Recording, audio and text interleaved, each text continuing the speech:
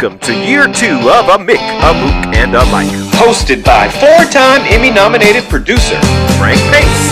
And retired New York City firefighter, 9/11 first responder, and Vietnam vet, Billy O'Connor. Today's guest, one of America's great comedians, Big Irish Jay Hollingsworth. My brother Frank. I like that when you hit that at the end of the intro. How the hell you doing? You notice that when you get older, you start dancing with your fingers a lot more. A lot more than you dance with your body. I ever tell you I was at a Bruce Springsteen concert, right? Maybe 5 years ago. And I don't want to make this racial, Derek. I don't want to make this racial. You just did. But we know. But we fucking know. You just did. We know what you guys are doing. I'm at the Bruce Springsteen concert, and of course, everybody's like 70 years old, right? It's Bruce Springsteen, right? So everybody's 70, 75 years old, 65, at the youngest. And he's singing, and I'm up there dancing, And then I look over at the black ushers, There's 2 black ushers there. Both of them are like got their hands over their mouth and they're laughing. Look at all these fat white dudes trying to dance, We know what you're doing. We know. I know Jay Thomas once told me he went to a Jagger concert in like 75, 76 or something. His seats were so far away that Jagger and the Stones looked like this on the stage dancing. 4 figures. Four figures. That's all he got. So anyway, it's Christmas time. Tis. Yes. Why don't you tell me a good Christmas story in the bar? A good bar Christmas. I tell you, I can't think of anything. You caught me off balance. Can't remember it. But I can tell you that the loneliest. I used to tend bar on Christmas morning in my own joint. Mm-hmm. Only because nobody wants to work Christmas Day, number one. Mm-hmm.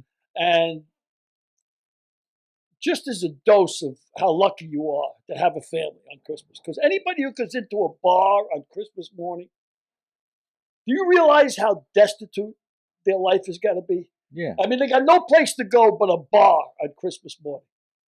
And, you see, it's very depressing.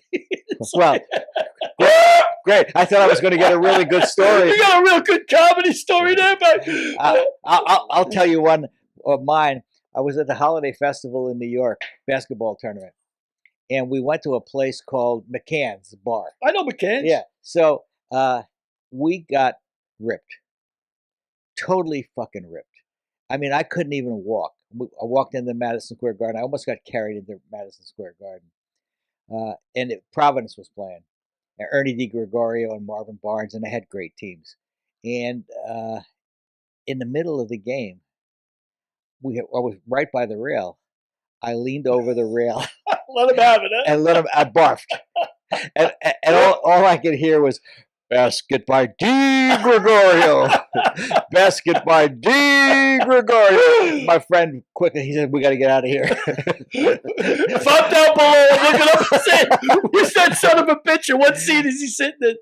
That was 1970, between, I don't know, 1971, 1972, 73, somewhere in that. Well, McCann's, they give you those big shots. They got those huge shot glasses, yeah. And I couldn't drink rum and Coke for 25 years after that. Yeah, well, I got so... The sweet stuff, that's a big no-no. For a real drunk, I mean, there's enough sugar in alcohol to begin with. Right. But for a drunk, professional, we stay away from the rum, the umbrella drinks, all of that shit, because you're really going to get... The worst hangover I ever got was gin. Really? Gin, I swear to God almighty, I did awful hangover, gin. Awful. Well, I used to punish it too, but there was a guy when I was at boot camp, it was funny, not boot camp, what was it? Tech school in the Army. And this guy gets up every morning and he's walking past my bed and he's got a bucket of steaming hot water. Right? And he's walking past me with his boxer shorts on his way to the John. And I says, after about a week, I said, what the hell is it with you with this bucket of hot water every morning? My grapes, man, my grapes. He says, my roids. He drank so much that he used to sit in a hot bucket of water every morning from the booze. Booze gives you awful hemorrhoids. Bad. Yeah, we had an actor once who shall remain nameless, who at our table reading every Monday morning used to sit on a floaty. Like really? Yeah. His roids were that bad? Yeah. Like, come on, he doesn't be nameless. What was it called? It was called, like that wreath, only it's round. It's circular. It was like a toilet seat. It was like a toilet seat. You know, a donut. It was like a toilet seat. Yeah. Who used to sit on one Come of those. on, what's his name? I can't tell you. Come on. Yeah, you can. I can't tell you.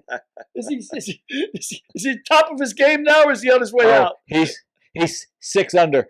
Oh, he's dead, for Christ's sake. Give me his name. He's playing the same course with Arnold Palmer, 6 under. Well, if the guy's dead, what does he give a shit about you telling a story about his hemorrhoids, for Christ's sake? Because there are other people that would. And they're all watching the show, Frank. Yeah, they are. Well, a lot of them are. A lot of them are. They're one of the many millions, the throngs. Are they part of the throng? So let me ask you then, what was the greatest holiday party that you ever had at one of your bars? At one of my bars, the greatest holiday. Well, you know what? I just off the top of my head, the biggest night in the bar business is the night before Thanksgiving. That is the biggest single night in the bar business. Always. Not Patty's Day, not New Year's Eve, the night before Thanksgiving. Because what happens is all the college kids come home. Right. And they're going to be saddled with their parents and relatives. Let me stop you for a second. They don't come home for Christmas?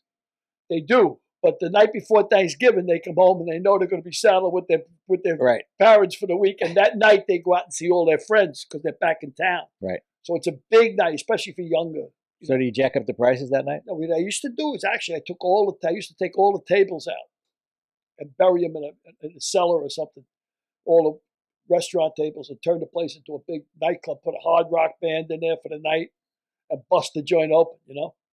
Like charge $10 a head at the door and cram 400 people in there, you know, and so it was a big night. It's a huge night, but yeah, I don't know, holidays. Don't a lot of people kill themselves over Christmas holidays? Again with the negative. Who gives a shit about that stuff? It's a festive time of the year, you mook. Don't people kill themselves?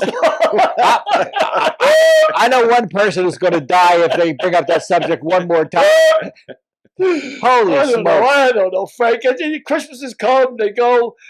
Okay, let me say, you're going back east. Yes, in a week to see your grandkids. You're not going to kill them, are you? Kill them with kindness. Yeah, I'll spoil them. And my ex-wife, their grandmother. My daughter always lays the law down. The kids got enough. Don't spoil the kids. Just get them one gift, you know. So I always do the right thing. I buy the one gift. And then my wife comes in with a whole box full of shit, and I look like a mook. Ex-wife. Right? My ex-wife, yeah. She comes in with a whole box load of shit, you know, like 9, 10 gifts, and I look like a mook. I ain't playing that game. You don't look like this mook. You look like a mook. Another mook. But this time I'm coming in with a whole load of shit. I mean, I'm just going to play the game. The hell with it. I'm not listening to my daughter. Yeah, what the hell?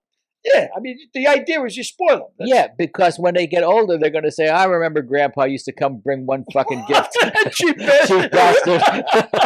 My old man. I remember being 5 years old.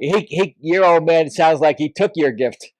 5 years old. He took me up to Fordham Road, up when there was a little, you know, the Bronx, there was a little shopping section.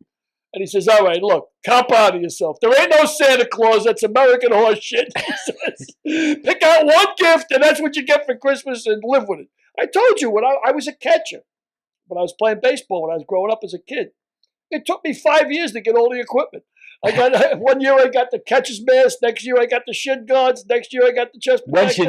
One shin guard a year. And then the glove. And that was it. I was the catcher for the rest because nobody else had the equipment. You know, that's the way it was. I mean, these kids today, I'm not knocking kids today. I don't want to get into that routine, but I want to ask a question of Derek, our third man in the booth. You had 2 kids played soccer, correct? Correct. Did they ever play one game where they didn't wear a uniform? Never. Wow. So it was always organized sports. That's what's the problem. Always organized sports. Why do you think it's a problem? Because if you have to go through all those mechanisms, let me make a short story. People aren't playing on the streets. Kids aren't playing on the streets. Sandlot. There's no more sandlot base. There's no more go around the corner, pick up the kids, and we'll go down to the park and we'll play. And there was no picking up the kids. We went on our own to the park. I mean, you know, you didn't want to see your parents. No, of course not. No, We were playing ball. I meant walk and knock on the door. We were playing ball. The last person in the worworld I ran over was my old man. I didn't want to see him. Yeah. To get away from him was the deal. And when we were playing, we had a fire whistle that went off every noon. It's just that was the signal. My mom would say, "Come home when you hear the whistle." So the whistle would go 12 o'clock. We would play from 9 to 12. We'd go home and eat lunch, and then we'd go back and we'd play from 1 to 5. Kids aren't playing. We played balls 24/7. Yeah, that's what we did. Yeah, and you know, of course, growing up in the tenements in the neighborhood in the Bronx, you'd go downstairs to be 20 kids your own age. You know, like so it was great, and you know you didn't have to drive anywhere or anything to pick you up or any of that bullshit, and you chip in a penny a piece. It'd be 30 years, you buy a Spalding for 30 cents. Yep. You were good for the day. And then if you couldn't find a Spalding, you go down to sewers. Yep. And get a Spalding. I did that also. Yeah, go down to sewers. Put the manhole cover, go down to sewers, absolutely. Get a Spalding. Absolutely. Or go on the roofs. You find them on the roofs. That's absolutely correct. Yeah, 30 cents. And you were good for the day. Absolutely. Stick ball. You know, absolutely. That was a big deal. Absolutely. And there was none of this bullshit too. You know, you got picked last if you stunk. That was it.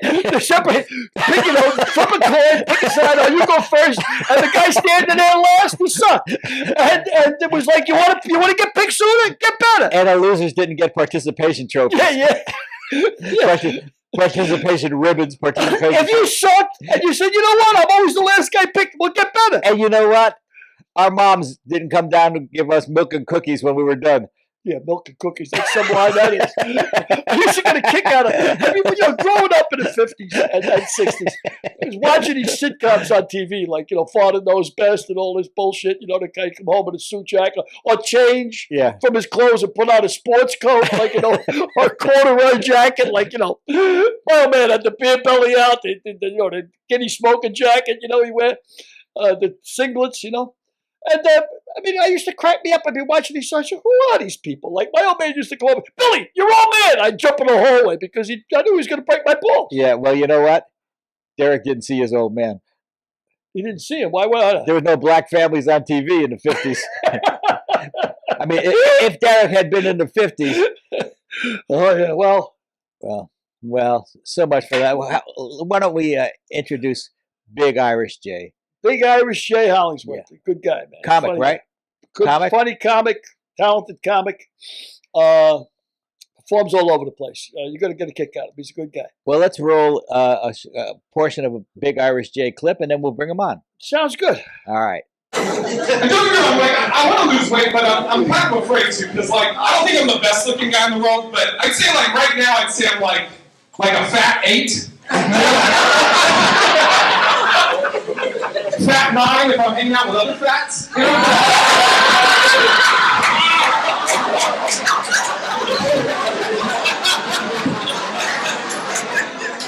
And the thing is, like, when you lose weight, you don't know what the end result's going to be. Like, I can lose weight and just end up being like a thin 6. Like, look at Al Sharpton. Al Sharpton was like a fat, 6? The thing he lost weight, now he's like a thin 2.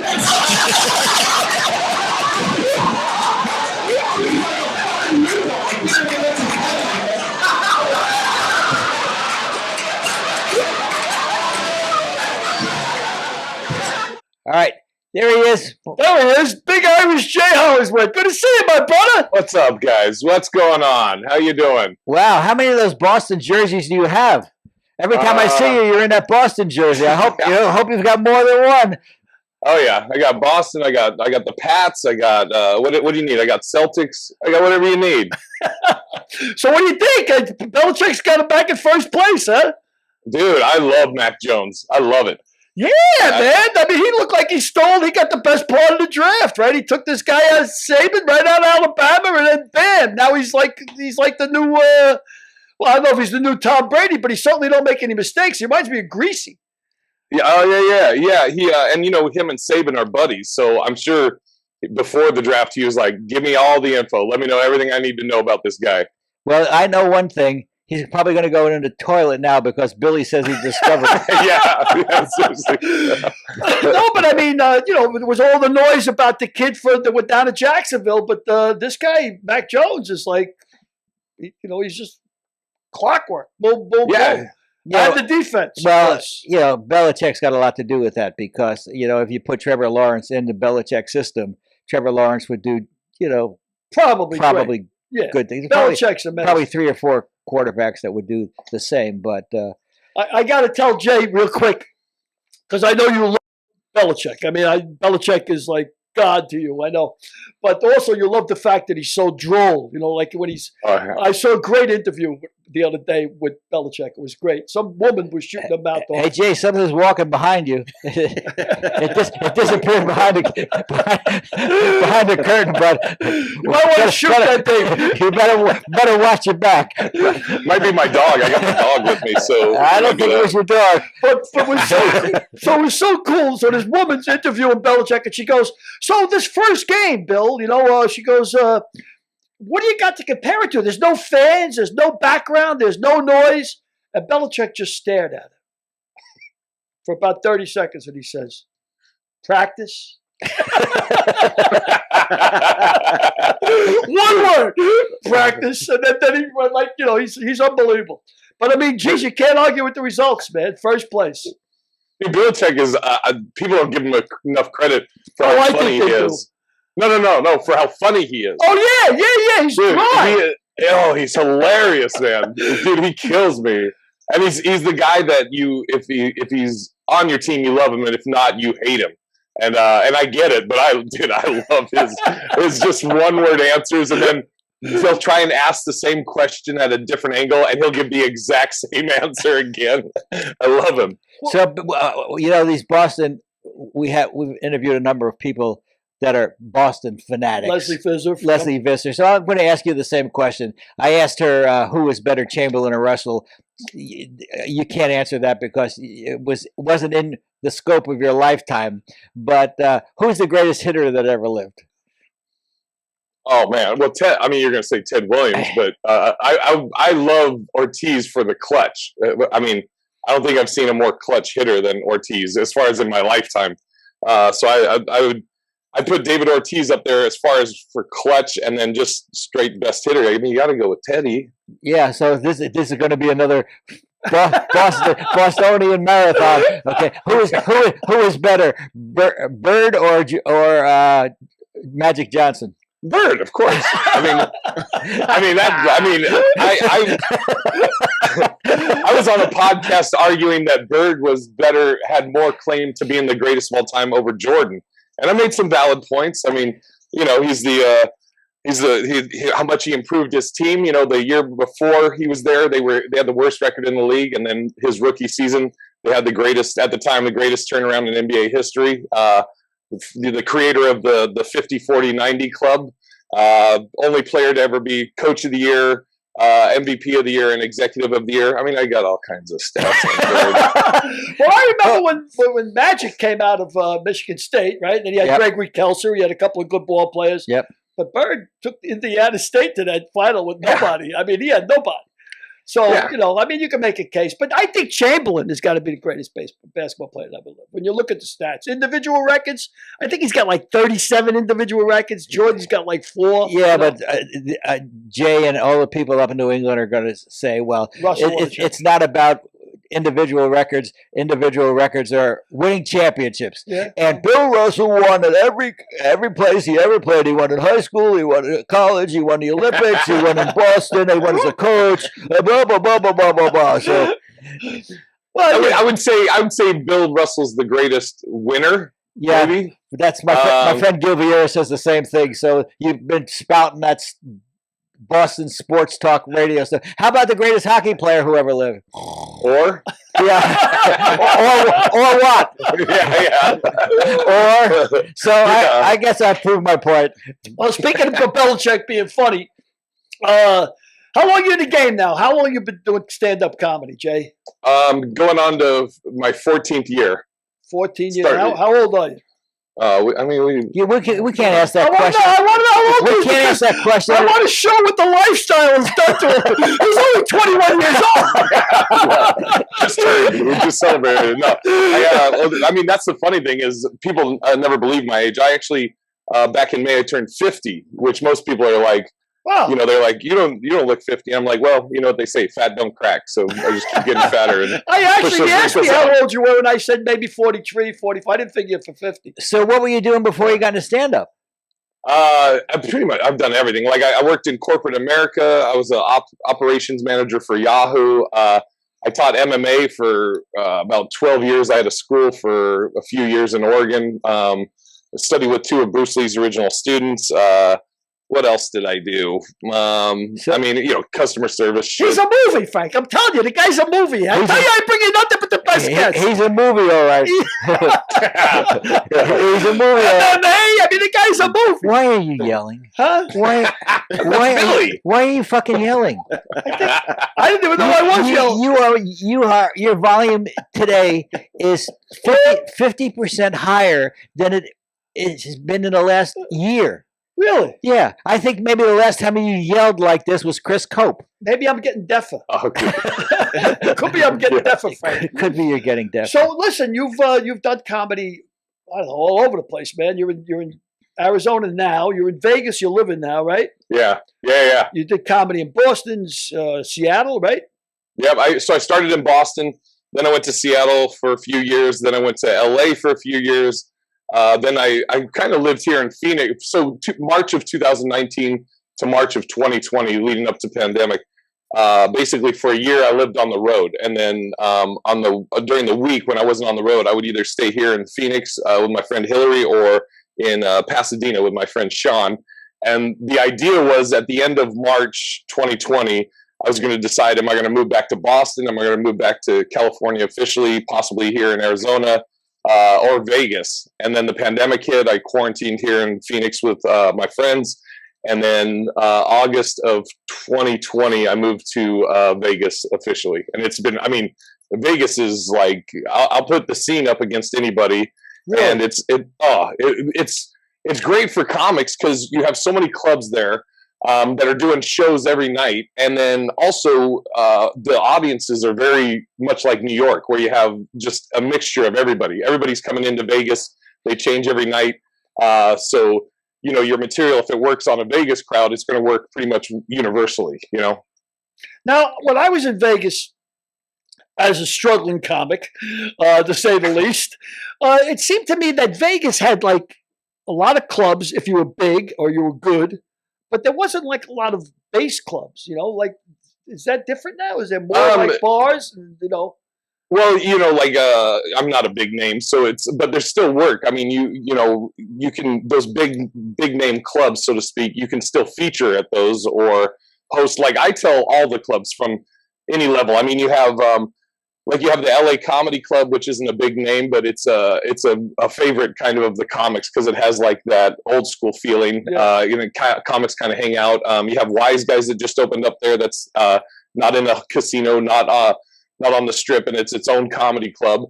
You have the Comedy Cellar in the Rio. But I tell all the clubs, any of the clubs that I work, I tell them I have no ego, and I go, think of me as like a utility player. So they take me up on that. So I'll get calls from Brad Garrett that's like, hey, can you cover Wednesday night? We just need you one night. Sure, no problem. Or LA Comedy Club might hit me up and say, hey, can you middle on the 8 o'clock show and then close out the 10 o'clock show? And I'm like, whatever you need. I'm all about just be easy to work with. I don't have an ego.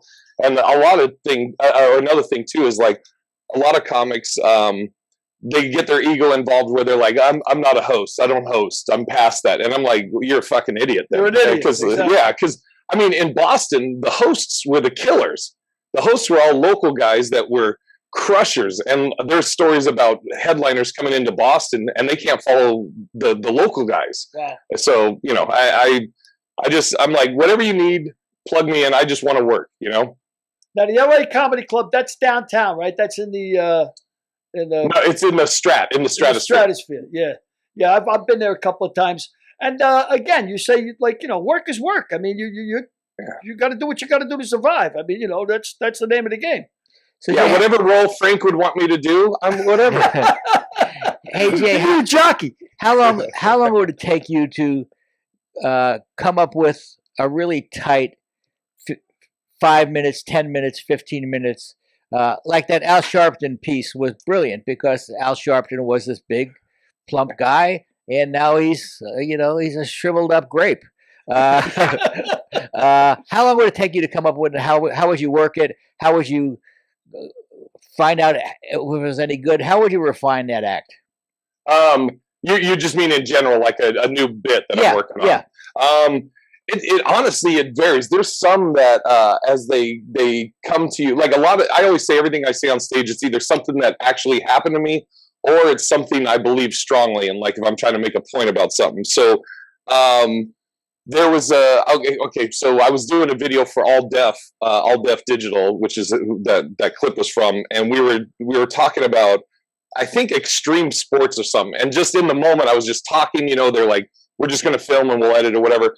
In the moment, I was saying extreme sports. I was like, being black in America is an extreme sport, basically, with all the problems that they have. And then from that created a joke where I said, like, my buddy was telling me, oh, you want to get in shape, you should come with me, we'll go rock climbing. And I was like, rock climbing, I have enough trouble just climbing stairs. You want me to climb boulders with you? And then I then took from that, I was telling my buddy, I was like, it's only white people that does these extreme sports, like swimming with sharks, bungee jumping, shit like that.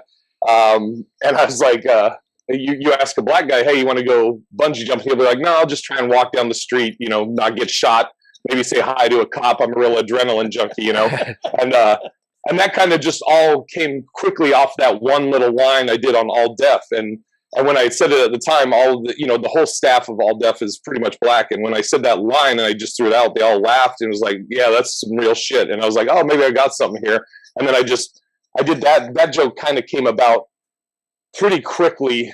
It was pretty done within a week, I would say. And then you have other bits like I'm doing like one, and that's honestly, that's my favorite thing about stand-up is the science behind it. Is like this will sound kind of like an asshole, but and I'm sure you're the same way, Billy. Like you, before stand-up, you always were able to make friends laugh. You were always funny, and so that's not my thing from stand-up. Like I know a lot of people, they say, oh, I went on stage, I got that first laugh, and I was hooked, and that wasn't.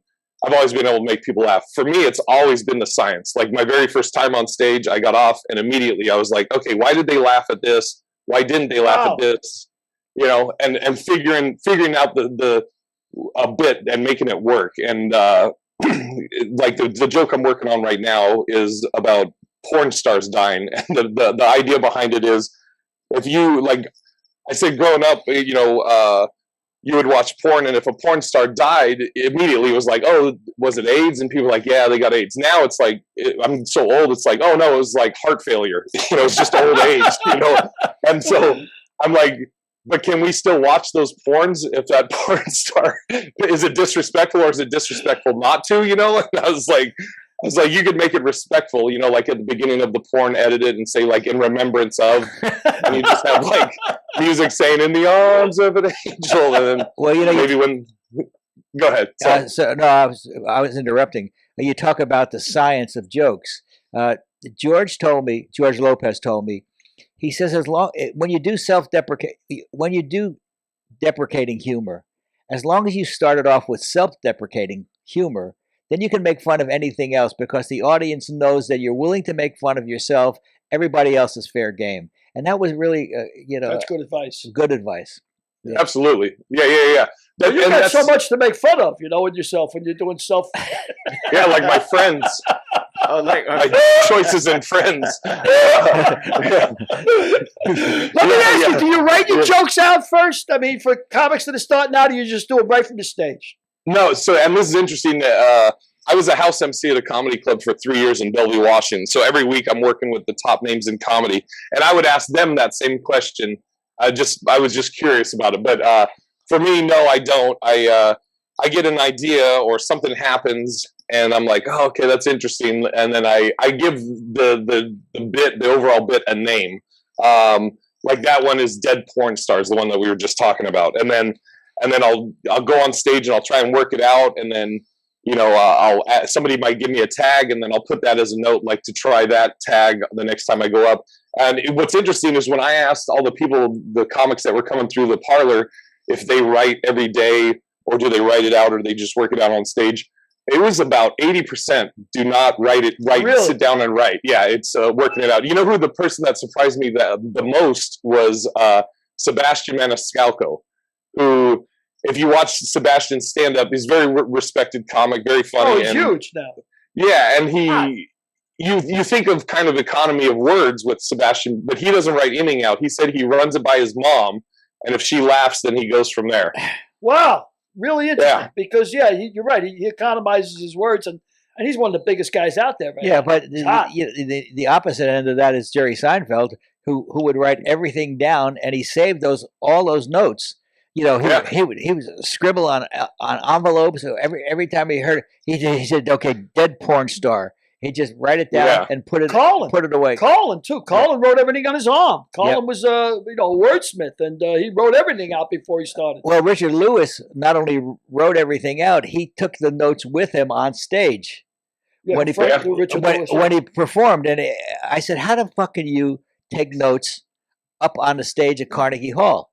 He said, "I wanted to do a good show, so I took the notes with me." So and that's like usually the worst. That's a dead right off the bat. If a guy gets up there with notes, you say this guy doesn't belong here. Right? I mean, that's the first thing you'd say. This guy don't belong. I'll have my phone sometimes to look at it especially if I'm working a new bit or if I'm doing I wouldn't do it at a show that people paid money for, but if I'm at an open mic or something, I'm doing a guest spot on a show that is kind of like a bar gig, then I'll bring my notes up or my phone up so I don't forget. Because the worst thing is if you're like, okay, I want to work on this bit, and you go up on stage and you do all of the jokes, but there's one you forgot or one tag you forgot, and immediately you get off and you're like, fuck, I fucking forgot to do it. It's so annoying. So you think the best comedy scene now? I mean, obviously you're saying Vegas, which surprises me because I thought Phoenix had a very good scene. If somebody was coming out of college. Oh yeah. I always use this analogy because I went to college late and I started doing comedy when I was 64, 65. If a kid thought he was funny and he's 22 years old, he's coming out of college, he's doing comedy, and he says, "You know what? Am I going to go to LA or I'm going to go to New York?" Nobody says, should I go to Phoenix? Nobody says, should I go to Boston? Should I go to LA or should I go to New York? Now, of course, once you do that, you get lost in this pool of all these comics coming from all over the country trying to go to LA and New York. So getting stage time is a problem in LA. It's a problem. New York, I don't know. I never really did comedy in New York. I always go there to see my family. But you think Vegas is the best place? A young comic, where would you tell them to go? First, I would see what city are they in, because if you're in a city that if he was in Vegas already, and he's like, oh, I'm thinking about going to New York or wherever, or Phoenix, like you said, I agree. Phoenix has a good scene. Austin has a good scene. So there's a lot of scenes. I would tell you're like, okay, I want to get into stand-up. If you have a local scene that's good, stay there and get all the stage time you can. Be strong. Get strong, and then if you were like, okay, I've been doing it 5 to 10 years or whatever, I'm the biggest in my city, I'm at the ceiling of my city, where should I go? Then I would say I wouldn't say LA now. I mean LA is a bad place to start in stand-up anyways. Everybody I know that started in LA will tell you it's not a good place. I think they got worse. Most of the comics I know went to LA got worse. Well, and not only that, the scene got worse now too, because everybody left LA, and I mean I was just talking to a comic that is like, LA's dead. It's awful. But New York, Austin, I would say Vegas, I would put up there as far as a place to go where exactly. Those three off the top of my head. Denver, I think I've heard has a good scene. Florida, Florida has a lot of clubs. I would say those off the top of my head are the ones I would say look at. So you think the best town for a beginner? You would even recommend Vegas? You think it's a good place to be? Jay, let me go ahead. Oh no, I would put that up there, but I would tell someone, depending on where they're at, if they're in bumfuck wherever, and they're like, we don't even have an open mic here. Yeah, you should move and go somewhere that has a good scene. But wherever you're at, if they have a good scene, stay there and get good there. Get undeniable there until you become the big name there, or they call for you. That was the thing. A lot of people said, don't move to LA until they call for you. Who makes you laugh? So Richard, what's up? I said dead or alive. Okay. Patrice O'Neill, Don Rickles. I get a lot of stuff from my pops because growing up, my dad used to watch Cheech and Chong, Don Rickles, all the roasts, Richard Pryor. But I would say Patrice O'Neill is probably up there. Jessica Kirson out of New York, one of the funniest comics. Joan Rivers, I would put on my Mount Rushmore.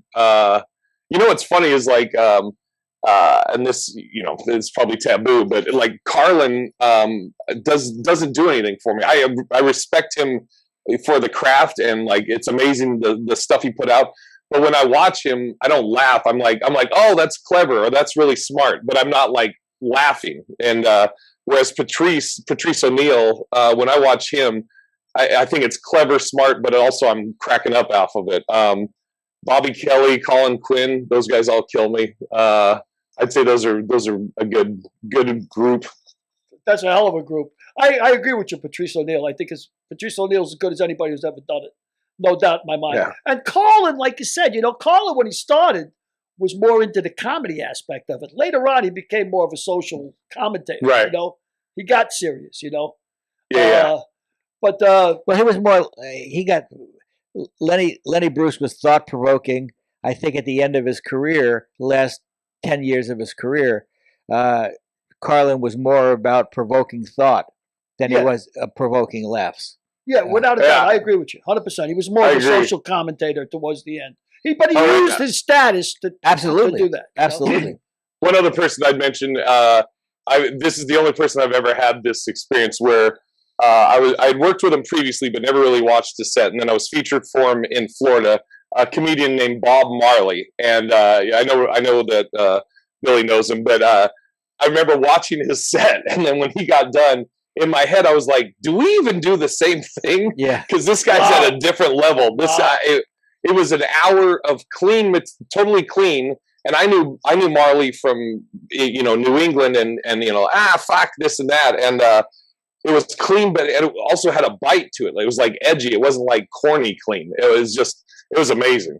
Let me ask you, do you ever change your routine to suit the audience? Like, I've worked with George Lopez and Billy O'Connor, Billy Connolly, and nice to put me in that group. They would structure their audience around what's getting a laugh early. And they would do more of those jokes, whereas Rickles would just pretty much do the same show.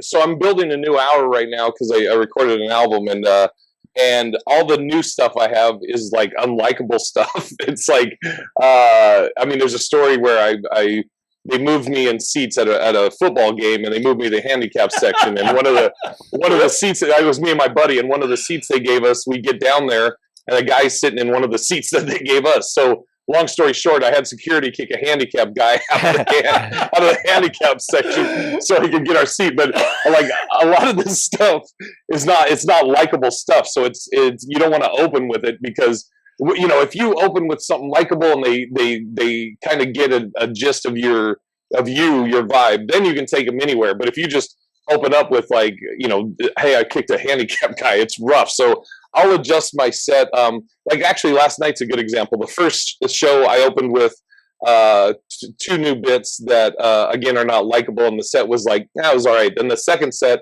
I'm like, I'm going to move around the set and open up with this self-deprecating stuff at the beginning, get them on board with me, and then I'll get into the new stuff. So and it went better the second set. But I sometimes I'll lean into the like if I don't like a crowd, I'll do the stuff that I know will piss them off even more. If I'm like, oh, you guys, you are fearless. I'll say that. You are fearless. I remember when New England beat Seattle, and you were opening in Seattle, you were headlining in Seattle, and you came out and said, New England, oh my God, pull me out. You're fearless, which I really admire. But you know what? When you were talking about reading the audience, and I had a guy tell me a long time ago, good piece of advice. He said, when I did comedy, I was pretty dirty comic, and really, Yeah, oddly enough. And a guy says, look, when you come out and you're dirty right off the bat, it's like walking up to a woman and saying, hey, my name is Bill. You want to fuck? He says, you got to finesse them a little bit, get them into it, And I had read a long time ago that every golf match is won and lost on the first tee. It's like how much strokes you're going to get and reading the audience. And I did a podcast with Jay 3 weeks ago on his podcast, which is called Fucking Boo. Which is the name of the podcast is Fucking Boo, and it's about comics telling how many times they've died and why they died and how they died. And again, I know you've got a lot of stories about you dying, and every comic does who's been in the business. Do you attribute it more to not reading your audience right? There's so many reasons that you can bomb. It can be the one that I've told on the Boo podcast is I was opening for Leslie Jones, black comic, and she's a crusher. She's great. And so the week before I did the Bay Area Black Comedy Competition, I was the only white guy in the finals at the time, and I just did it because I had a bunch of buddies in it, and they were like, "You should do it," and I'm like, well, "There's no way I'm going to win the Bay Area Black Comedy Competition," but I'm all about experiences, and I'm like, sure, I'll go down, have some fun, and I just kept moving on. So I was like, this is all gravy. So I did a joke in the Bay Area Black Comedy Competition that did great. The following week, I'm opening for Leslie Jones, and I did the same joke, and it references Jackie Robinson in the joke, and the Jackie Robinson movie had just come out. Oh. So I don't know. Yeah, and this audience that I was opening for Leslie was kind of an older black audience, whereas the Bay Area was a younger audience, and so I think all those factors ended up causing me to bomb in this set. But your voice inflection. That's goes back to the science of comedy. Why the fuck isn't this working? This joke works all the time. Why is it not working right now? Is it? Oh, go ahead. No, you go ahead. Finish. Oh, I was just gonna say, is it you start getting in your head? You're like, is my energy off? Am I doing a different voice inflection? Did what happened before you? Like, I think I told you, Billy, my favorite bombing story about the black feature white headliner. No, tell me. I'd love to hear it. This is the greatest road story of any, and this is why you should always watch the sets, the people in front of you. So there's a black feature white headliner, and for those that don't know comedy, the feature goes up before the headliner closes out. So the black feature had some joke where he kept saying in his set, "'Cause I'm that N-word," and he would say the actual word, "'Cause I'm that N-word, 'cause I'm that N-word," and then he would end his set with, "'Cause I'm that N-word." Good night. Did great. Crowd loved him. The white headliner goes up, being funny, and he just goes, "Hey, give it up for that N-word," says the actual word. Everybody laughs. Everybody thinks it's funny, except for the black feature. So Saturday shows come. The black feature doesn't do those jokes. The white headliner doesn't watch his set. Oh! So the white headliner goes up, no context, and just goes, "Hey, give it up for that N-word." It's just like, yo, what the fuck? Oh, that's fantastic! Unbelievable! That's not watching, not paying attention. Well, that's like Billy with that Mormon group. Yeah, right. Yeah. I tell you, the Mormons. Yeah, I got murdered. Tell the audience that joke. Oh well, I was telling that story on Jay's podcast that I was at the Tempe Improv. Not the Tempe Improv, the Tempe Center for the Performing Arts, right? And they told me, Billy, you're headlining, but Tony Visage, who's running the show, calls me aside and says, "Billy, listen," he says, "this is an older crowd." He goes, "I know you do mostly dirty." He goes, "You'd be probably better off if you do cleaner stuff, And I didn't have a lot of clean, but it was during the Obama was running against Romney in the election. I had some political jokes, and they were all Romney jokes. They were all Mormon jokes. So I come out, and I do like a slight bit about age, a minute introduction. Then I go right into the Mormon jokes, right? And I could see the crowd, like the faces, just the jaws drop. Springtime for Hitler. Yeah, springtime for Hitler. Exactly. The springtime for Hitler. Exactly. I start doing magic underwear jokes and shit. And everybody's like, and they're gone. The audience is gone. I know I've lost them. Now I'm backpedaling. I says, all right, I got to get into some of my strong shit immediately. But they're not coming back. I'm done. Stick a fork. I'm done. So I die. 20 minutes of hell. And then I find out that it was a Mormon hospital, right? All these people were all dressed to the nines. It was a Mormon. And since they were doctors and nurses, I could have done jokes about the anatomy. It was, it was no big deal. These are doctors and nurses. They're not going to get shocked. So reading the audience is key. So tell me about you bombing. I want to hear your bombing stories. Oh, the one with Leslie. Oh boy. Okay, so yeah, obviously we can swear on this. Yes. Otherwise, Billy would never speak. So okay, so the joke I was doing in the Bay Area, and then that I did here. So the joke was about interracial dating, and I said, if you've never dated interracially, you should, because you will get that person's best. And I said, what I mean by that is, I went out with this Puerto Rican girl, said she'd never been with a white guy. So now, basically, to her, my penis is like the Jackie Robinson of cocks. Like I feel like I have all of Ireland looking on me that I have to represent. And I said, so when I'm saying, so again, I'm going to finish the joke. But when I did it in the Bay Area, it did great. So as I'm doing, I'll tell you how it's going with Leslie. So at that point, everybody's fine. It's it's not crushing, but it's doing fine.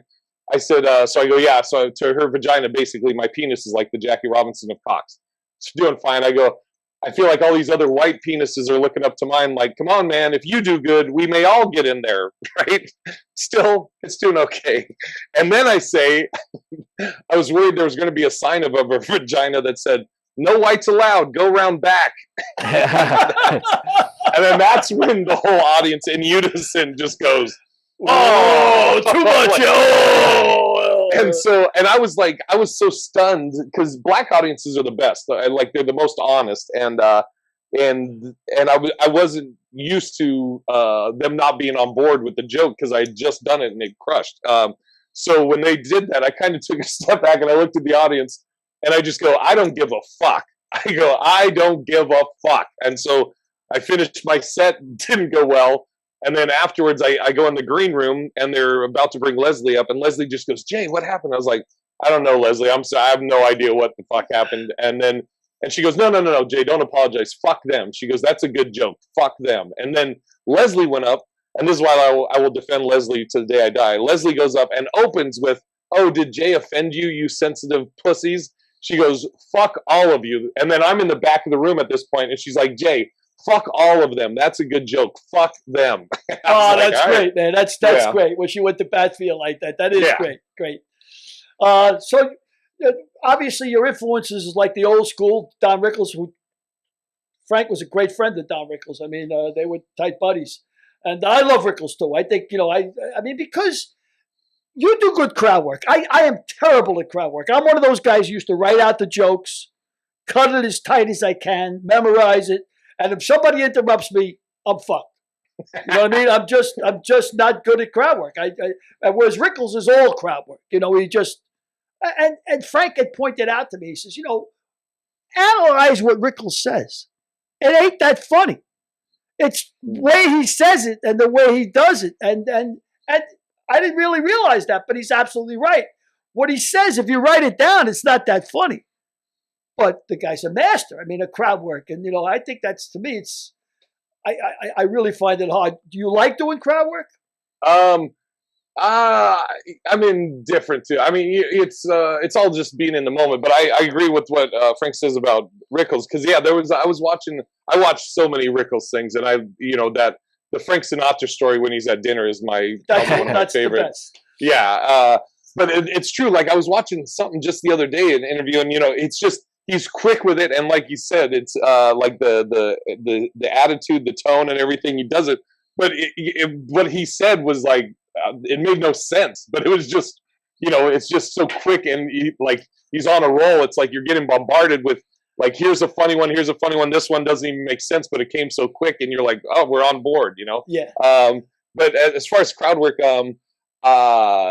it can be like I just. I like it, I guess. I guess it's. I mean, this makes sense. I was going to say I like it if it's successful, but right. Like this happened. I was at Stir Crazy in Glendale a few weeks ago, and I was doing the Fat 8 joke actually, and then I I think later in my set, I was talking about like dating, and I was like, I don't want to date a young girl. I was like, and then I go, not that I could get a 21-year-old, not that a 21-year-old wants to talk to me. And some lady in the audience, she goes, you could never get a 21-year-old. And I was like, I go, yeah, that's what I just said. What are you, an echo? And then she goes, she said something else. And I was like, do you not have mirrors where you live? Have you not seen what you look like? And then she kept going. She stands up at one point and is like, keeps talking. So finally, at one point, I said, I called her a Karen. I was like, okay, Karen. And she goes, my name's not Karen. I go, no, but I'm sure it starts with a K sound. And then she got booted. She got booted, yeah. Yeah. Hey, and then she wrote like a Yelp review. Like she was so hammered, she was mixing me and the other comics' jokes up because she was saying that I was making fun of Jesus, and you don't make fun of Jesus. Oh. And I was like, dummy, I have no joke about Jesus. I don't know what she's talking about. Hey, if you're from Phoenix, you spent some time in Phoenix, do you know Billy's pal, the QAnon shaman? What? QAnon shaman, the guy with the horns and the hair that got booted out on January 6th. He's a Phoenix boy. He's a friend of Billy's. Oh, Jesus. Of course he is. That's exactly what I said. I said, of course he is. Yeah. Of course. So listen, and I got to agree with you. I didn't think you were 50. I thought you were about 43.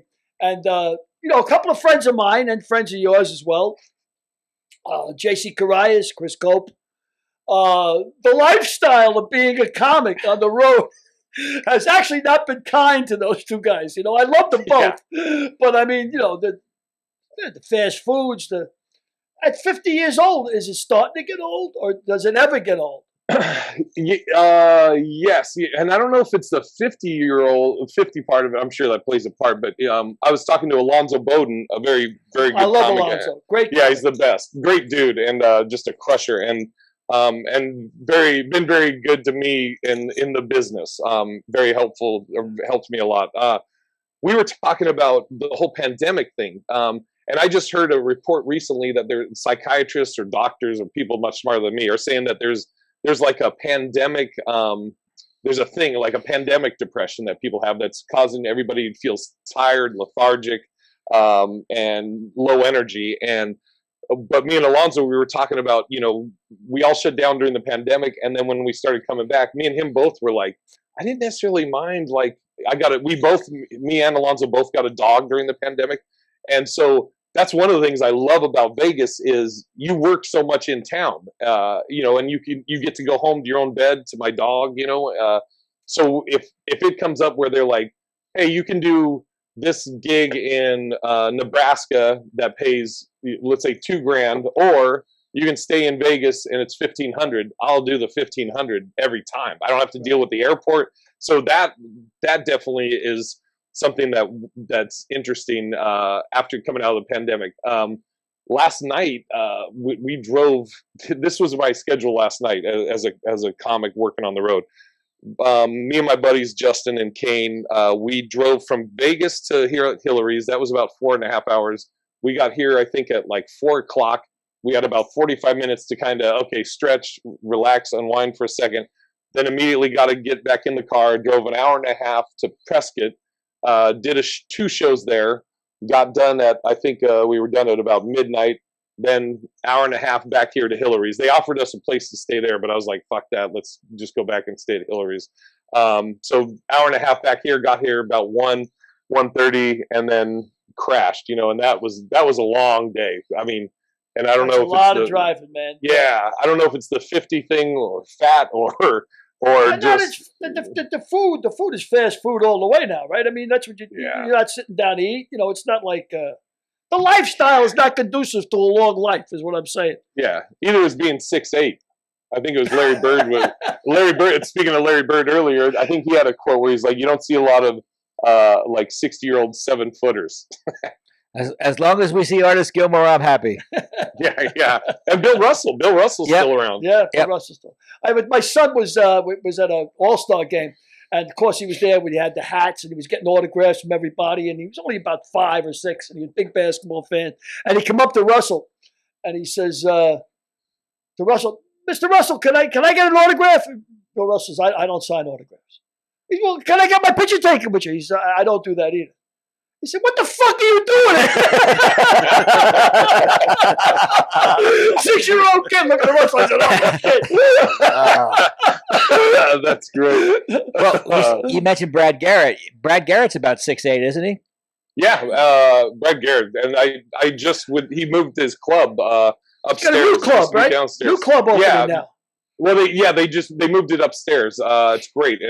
And Brad's 6'8", and one of the, for those that don't know, like in comedy, everybody in comedy knows or has heard how nice Brad Garrett is. Never heard a bad word about him.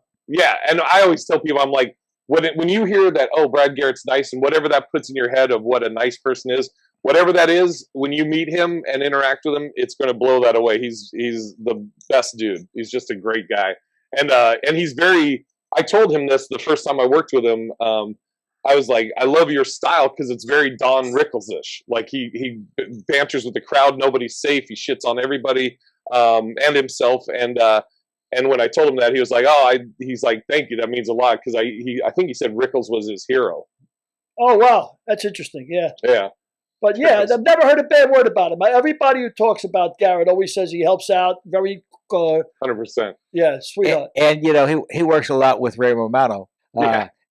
In concert, he opens for Ray, and Ray always has him on because I personally don't find Ray funny, so I have to see where he always has somebody who is really funny to open for him, so it makes for a better show. Yeah. Do you feel that? Do you feel like would you rather follow somebody who opens who's ridiculously funny? Or would you rather somebody like you can blow off the stage? As a headliner, I mean, you feel like you're pretty much going to blow off your feature no matter who it is. I mean, you're going to feel that kind of confidence.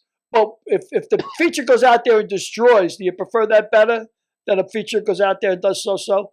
Yeah, absolutely. I just ride the wave. Like, when I was coming up, there was a guy that was kind of a mentor to me that was telling me, he was like, there's a lot of guys that are headliners that they want somebody that's soft or not that strong in front of them, so it makes them look. He was like, I don't follow all that shit. He's like, make me work. He's like, I want you to crush, and he's like, I'm just going to ride the wave, and that's how I look at it too. It's like my buddy Kane is with me on these gigs that we did last night in Prescott, and Kane crushes, and so and it's also great if you have a friend that's also very good comic, because it just, the whole thing, I could eat shit following him and we can laugh about that, or vice versa, but I always want somebody to, if I have the choice, kill it, crush it, get a standing ovation, whatever. Jay, where are you appearing coming up? Today's December 15th. It's the day this podcast is going to drop. What do you got coming up in January, in the rest of December, January, February, March, whatever? We'll do a Bill Maher. You can go as long out as you want. So this weekend, the 16th, 17th, 18th, 19th, I'm in Plano, Texas at the House of Comedy. 16th, I'm headlining. 17th through 19th, I'm featuring for Jessica Kirson. The following week, Christmas week, the 20th through the 26th, I'll be at Brad Garrett's in Las Vegas, featuring on the show is Kathleen Dunbar and Butch Bradley, who are both amazing comics. And then New Year's, I'll be in Seattle at, I think it's Mopop in Seattle.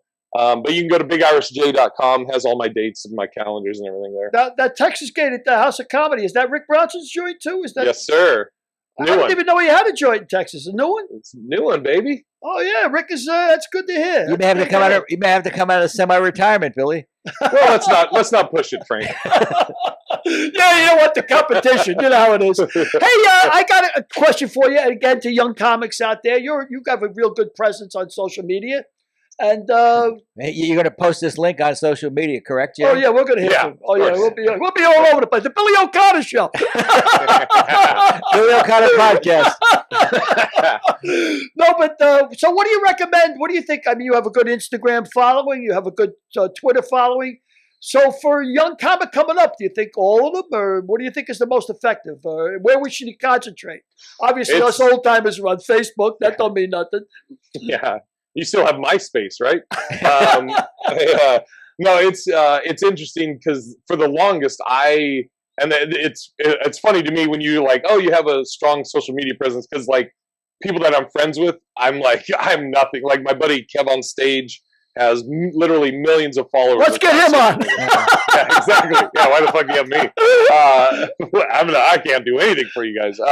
No, but I just, for the longest, I was like, fuck social media. I'm a comic. I want to be respected for my craft as a stand-up comedian. And then I just started thinking about it. I'm like, I can be the best comedian in the world, but if nobody knows who the fuck I am, who gives a shit? Exactly. So I actually talked to Kev. I was like, okay, I want you to be my Yoda. What's your advice about social media? And he said the number one thing is consistency. Once you start, you got to do minimum one thing a day. You got to post something a day, whether it's a side-by-side video or this or that. As far as which ones, like if you could only pick one, I mean, TikTok is huge right now, and I know people are blowing up from the dumbest shit. Not even talking comics. Like, there's people that all they will do is lip sync a comic's stand-up, and they have millions of followers, and I don't get it. But I don't know if TikTok, because it's a younger demographic, I don't know if that translates to ticket sales. Whereas Instagram, I think might. I mean, ideally you want to do them all, but I focus most on Instagram. That's like probably the number one for me. Well, Josh Nash. Oh, we both know Josh. He's a comic. Yeah. Good comic, very visual. He's got like a plastic face, does a lot with his face. And what has he got, about 3 million hits or 6 million hits or something crazy on Instagram? Or yeah, all he does is great balls. He pulls up beside somebody in the car and they're like, "Excuse me, do you work for UPS?" And they're like, a lady will be like, "No," and he's like, "Oh, because you seem like the total package," and then he fucking zooms off. And then he makes a face slash. But he's got like 3 million followers. I know. It's insane. And he's still living in a one-bedroom apartment. So there is that. But you're right. Does it make any difference if you write 4 great books and nobody reads them? or like if you just write 4 books like you. Right. Or just write 4 books. He's written 4. He's written 4 books. Maybe one's not so great, but the other 3 that he wrote with me are great books. Yeah, there you go. Yeah, but again, if nobody sees you, how that doesn't make any difference how funny you are. Well, that's how the world's changed in 30 years. I mean, I'll speak about book publishing, but book publishers used to be everywhere. They used to be. Now there's 5 book publishers, and if you're not with one of those 5 book publishers, you can write the greatest book ever written, and it's not going to make the New York Times bestseller list because nobody's going to see it. And whether the publisher gets behind you is another thing. But I'm going to go on the Andy Warhol thing. Andy Warhol once famously said, "In the future, everybody will be famous for 15 minutes." He was wrong. Everybody's going to be famous for 5 minutes.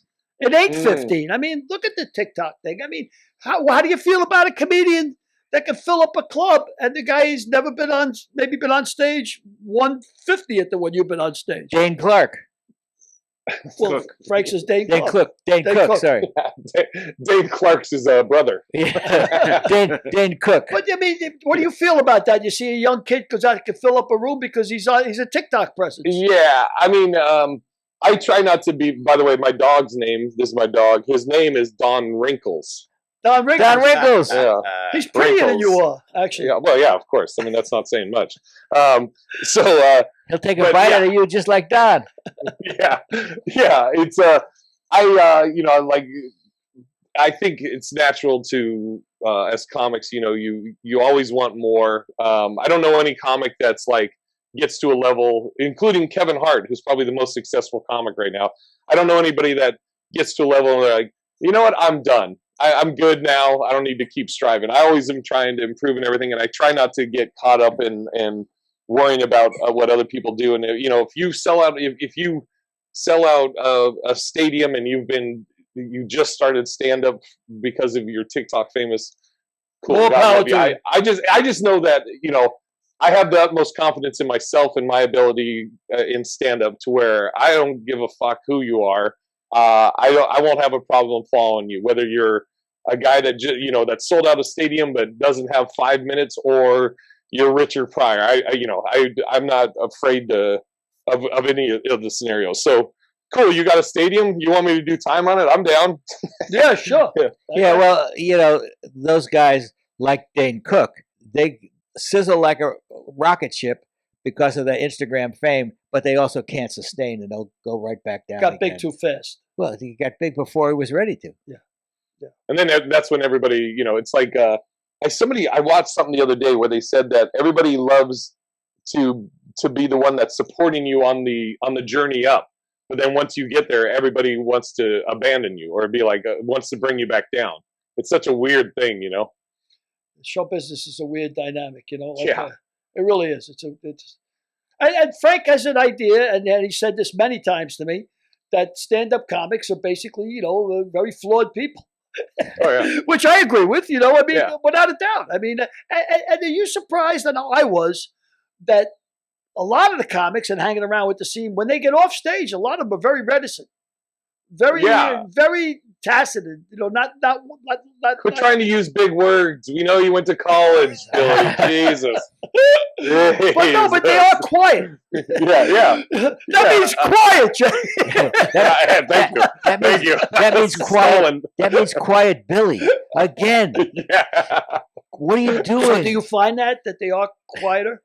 Yeah, it's the funny thing after, like, I'm not a big partier, and this also goes to, I think, who you want to work with or bring on the road with you, whether or go on the road with someone. Like, I don't do drugs. I like the hardest thing I've ever done is smoke weed. That's it, and I don't really drink like I used to. I'll have a Guinness, and I'm good with that. So like somebody that if I'm going to go out on the road with, I want somebody I don't want to be with someone that's like, man, I got to get some Coke or or chasing tail. I'm like, fuck all that. I do the shows. I say thank you to the audience. I appreciate the audience, and I shake everybody's hand. And then as soon as that's done, I can't wait to get back to the hotel and pick a documentary to watch. There's definitely the guys that are party animals and cool, but that's not me. I'm very chill off stage, But I'm also everything I am on stage is just me off stage. It's just what they say, you turned up a little bit when you're on stage. Well, Frank mentioned that in our book, If These Lips Could Talk, that all successful people in show business, besides being versatile and besides being lucky, you got to be nice. You got to be a nice person. If you're an asshole, sooner or later it'll get you. Sooner or later it's going to catch you. It's going to bite you in the ass. Yourself. If I was going on the road, now, at 73 years old, I'm not going to be the darling in the nursing homes, and it's very unlikely you're going to get me to Albuquerque, New Mexico for 4 days to do shows, But if I was going to go on the road, I would go on the road with you because I have fun with you. You know what I mean? Yeah. But it's not a question of how funny a guy is. You want to take on the road somebody you can get along with. You're going to be with them for 4 days. Right? Yeah, I ideally you want the whole thing. Right. You don't want somebody that's a good hang but bombs every show. Right. Of course. That's what I was saying. Like my buddy Kane. Like Kane, did you ever meet Kane, Billy? I think you did. I think he knows you. Kane Holloway. But anyways, like Kane, he's funny and a nice guy to hang around with. Yeah. He's like one of my best buds, and we came up together and like it was a crusher. And then off stage, we both like movies. We like video games. You both like fentanyl. I guess for me it'd be fentanyl. I think George Lopez has had the same opening act for 15 years. Well, yeah, because Brian Callen. He gets along with him. Yeah, and he does the job. And he's funny. And he does the job. And he's funny. But yeah, that's. Funny. I don't. I wouldn't. You can get in trouble too. Like I vouched for a comic for another club. He was trying to get in another club. He knew I headlined it, and he was like, "Hey, can I drop your name?" And I was like, "Yeah." And I actually talked to the manager, and then he went there, and he just happened to get paired up with a clean headliner, and he didn't work clean, and so Yeah, but because of that, she was like, "Okay, I can't take your referrals anymore." And I was like, "Fuck! All right, I get it." So you're never going to be working that club again, Billy. I'm done. Well, that's the problem. You see, again, advice for a young comic. When I started doing comedy at the late age of 62 or 63, I thought the idea is just be as funny as you can. That's a nice premise. But there's a lot more to it than that. I mean, if you're the science of comedy. Yes. If you're a dirty comic and you're opening for a clean comic, well, you can't do that because it's a family show. People are there to see the headliner, and you're going to come out and start doing dick jokes. You can't do that. And then you say, well, what about guys like Andrew Dice Clay? He's the headliner. He's dirty. He don't want you either. Because if you're dirty, you're stealing his thunder. They don't want that, So you can't work. You've got to work clean if you want to work. Is that correct? Unless you become somebody. Well, I was going to say you got to work clean. Well, it all depends on what do you want. What do you want out of this? Like, that's one thing I think about. My buddy Sean kind of has to even me out sometimes. Like if I'm frustrated with the business or whatever.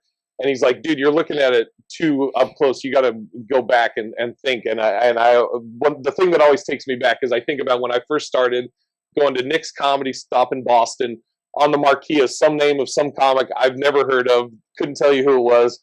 I remember, I'm a year into comedy. Maybe I'm 6 months. And I go in and I'm watching this guy on stage. Don't know who he is. He's killing.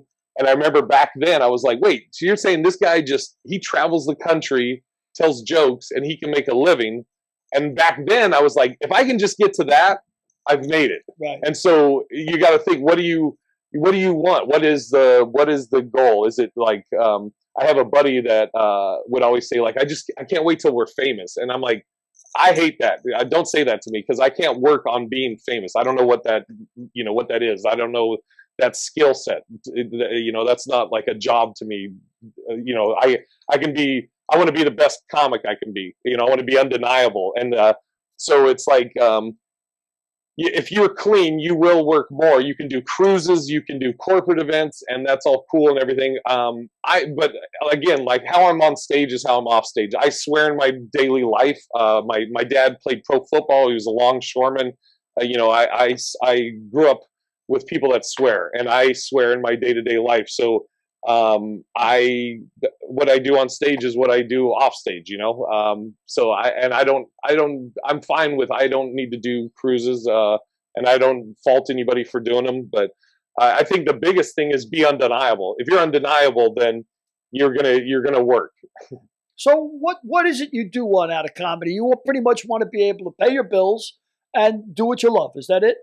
Yeah, I think my number one thing would be I want to get my comedy out to as many people as possible, so that however that happens, whether it's YouTube or daily. Well, videos. You're going out to millions now. Millions. Yeah. Well, yeah. Oh, because of Frank. Because of Frank. Exactly. I think you should rename this to Keep the Pace. Keep the pace, or keeping pace, but keeping pace, or even perfectly frank. But that's it. A river to my people. Yeah, Jay. Let me ask you in closing: if you had one last show to do, and you had unlimited means, and you had unlimited audience, where do you think it would be? Would it be at Carnegie Hall? Would it be at and how big a venue would it be? And Fenway Park.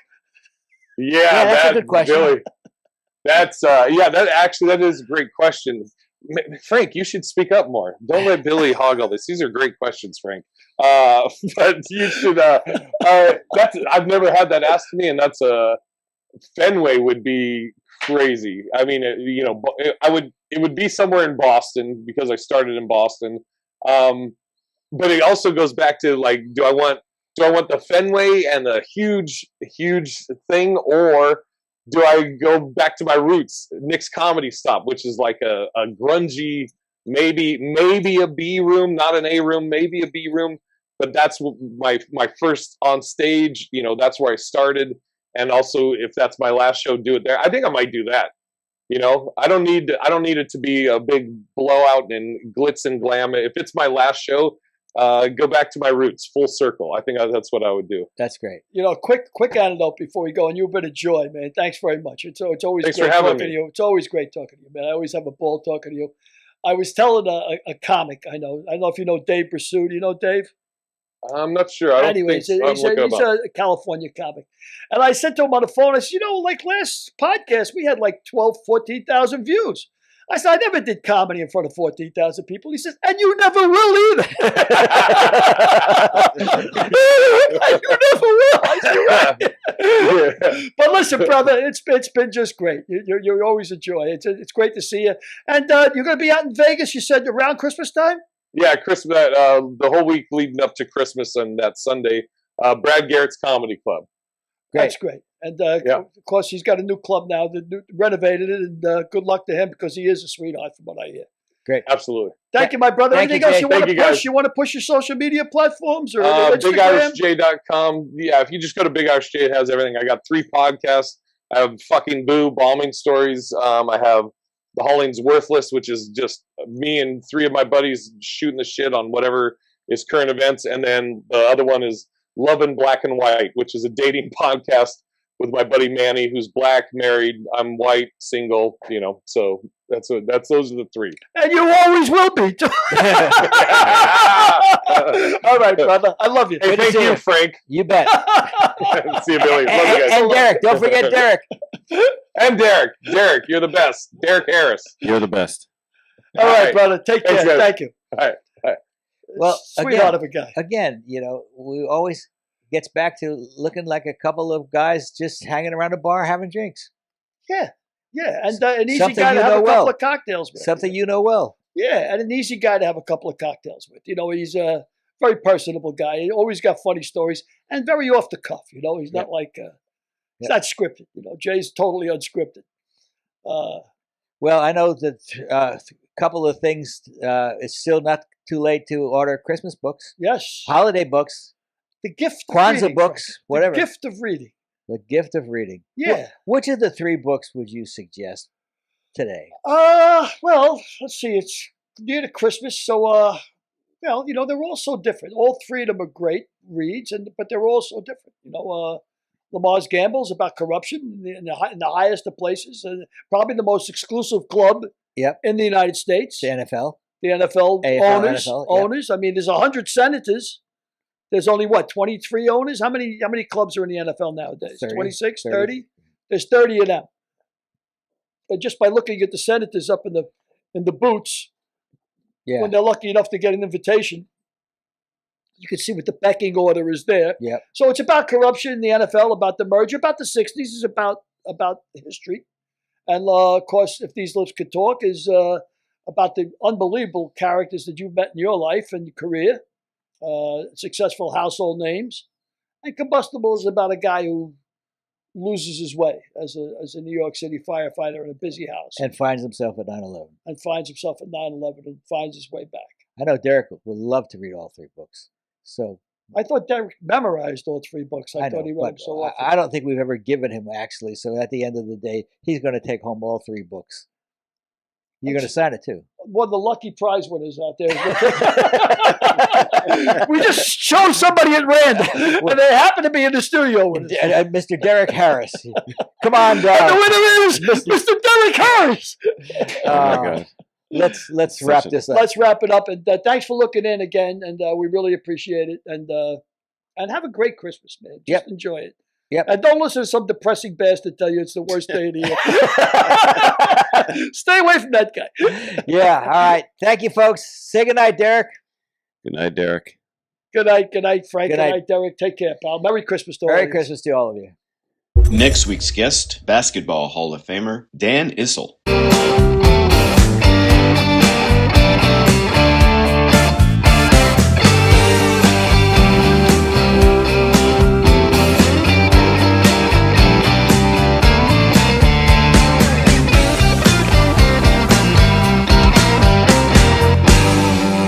We'll see you next week.